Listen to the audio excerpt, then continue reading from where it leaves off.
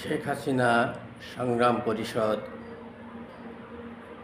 প্রায় 2 মাসব্যাপী বিভিন্ন কর্মসূচি ঘোষণা করেছে। কর্মসূচির ভিতরে রয়েছে 27শে অক্টোবর সারা দেশে প্রতিবাদ সমাবেশ, 3রা নভেম্বর সারা দেশব্যাপী বিক্ষোভ সমাবেশ, 10ই নভেম্বর ঢাকা এবং গাজীপুরে হরতাল, 17ই নভেম্বর ঢাকা সিটিতে হরতাল এবং সারা দেশব্যাপী সেই হরতাল পালনের কর্মসূচি নিয়েছে। তাতেও যদি ইউনূস সরকার পদত্যাগ না করেন তাহলে 24শে নভেম্বর ঢাকা অবরোধ করবে আওয়ামী লীগ।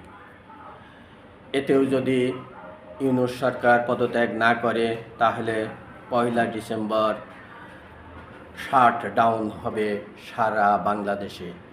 এতে দোকানপাট কোনো কিছু খুলবে না এবং বিভিন্ন স্থলবন্দর, এয়ারপোর্ট, শহর, ট্রেন, বাস কোনো কিছু চলবে না। অর্থাৎ এক কথায় সমস্ত কিছু, সারা বাংলাদেশের সমস্ত কিছু বন্ধ করে দেবে শেখ হাসিনা সংগ্রাম পরিষদ।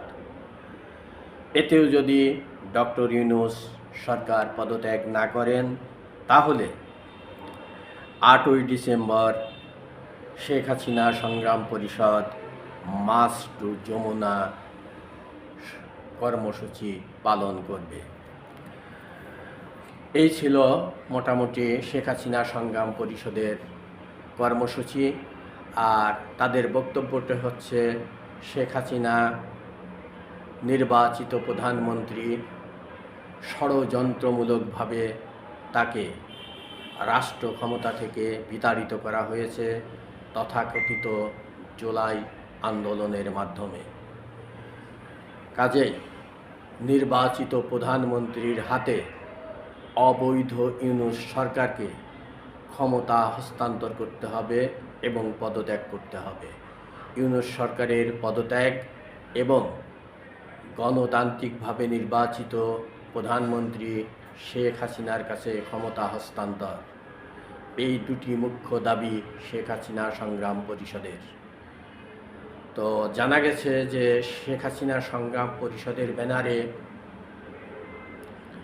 এই কর্মসূচিটি পালন হলেও মূলত এই কর্মসূচির আড়ালে থাকবে আওয়ামী লীগ, যুবলীগ, ছাত্রলীগ, কৃষক